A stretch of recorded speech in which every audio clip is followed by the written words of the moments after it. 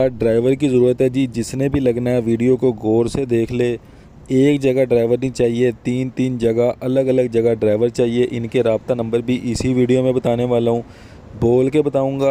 आपने उनको सीवी अपनी सेंड कर देनी है। अगर जो बंदा वीडियो को लाइक करेगा, लाइक करने के बाद सेव करेगा, सेव करने के बाद अपने कमेंट में, ये जो वीडियो का कमेंट है इसमें अपना नाम या कुछ भी लिख देगा, तो मैं डायरेक्ट कोशिश करूंगा उसको लगवाने की। इसके अलावा कोई बंदा ड्राइवर के अलावा कोई और नौकरी हासिल करना चाहता है, कमेंट्स में बताए, इंशाल्लाह ताला मैं कोशिश करूंगा उसको लगवाने की।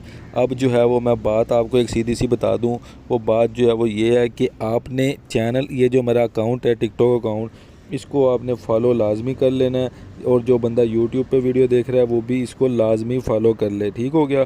क्योंकि यहाँ पे ढेरों नौकरियाँ आपको रोज़ाना की बुनियाद पे मिलती हैं। अच्छा जी, अब मैं बताता चलूँ आपको कि आपको ड्राइवर किधर किधर चाहिए।